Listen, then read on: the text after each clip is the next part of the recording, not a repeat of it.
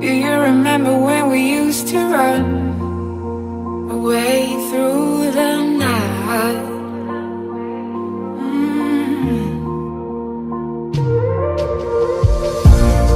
There is a story about us two, and it's written about me and you.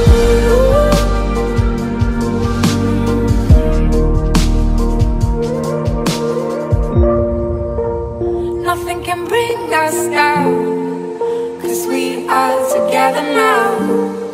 Not even time can stop us now, 'cause we are forever young. 'Cause we are together now.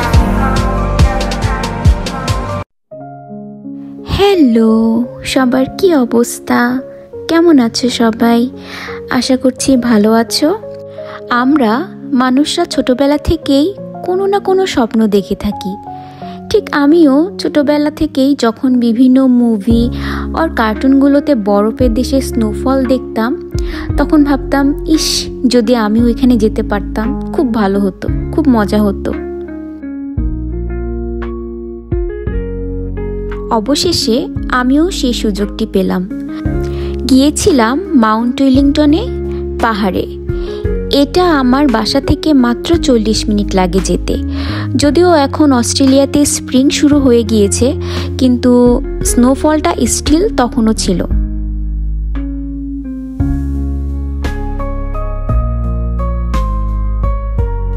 শুনেছি এখানে অন্যান্য বছর নাকি এ সময় বরফ দেখা যায় না।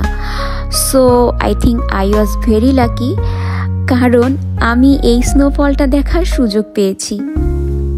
তাসমানিয়াতে যারা থাকে তারা কম বেশি সবাই এখানে ঘুরতে আসে, আর যারা হোবার্ট সিটিতে থাকে তাদের জন্য তো আরও ইজি এখানে আসা, কারণ এটা সিটির অনেক কাছাকাছি অবস্থিত। মজার বিষয় হলো এখানে শীতের সময় পাহাড়ের ভিউ একরকম দেখা যায়, আর গরমের সময় আবার আরেক রকম। ভেবেছিলাম হয়তো ঠান্ডার কারণে এখানে মানুষ কম থাকবে, কিন্তু আসার পরে লিটারেলি আই ওয়াজ সারপ্রাইজড। এত মানুষ ছিল আর সবাই অনেক মজা করছিল।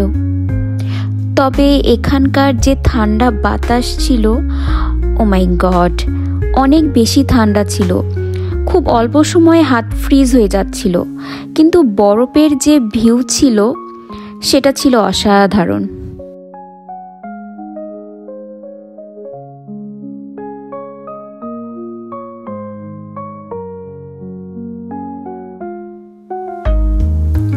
চারিদিকে শুধু সাদা বরফ, আর তার মধ্যে আবার বিশাল বড় বড় পাথর পড়েছিল।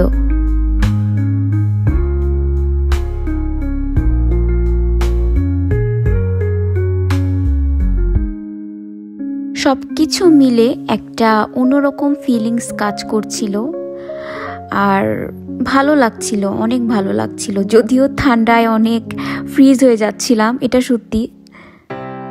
কিন্তু একটা কথা আছে না, যে ভালো কিছুর জন্য একটু কষ্ট করলে সেটা আরও ভালো হয়। সো সেটাই আর কি।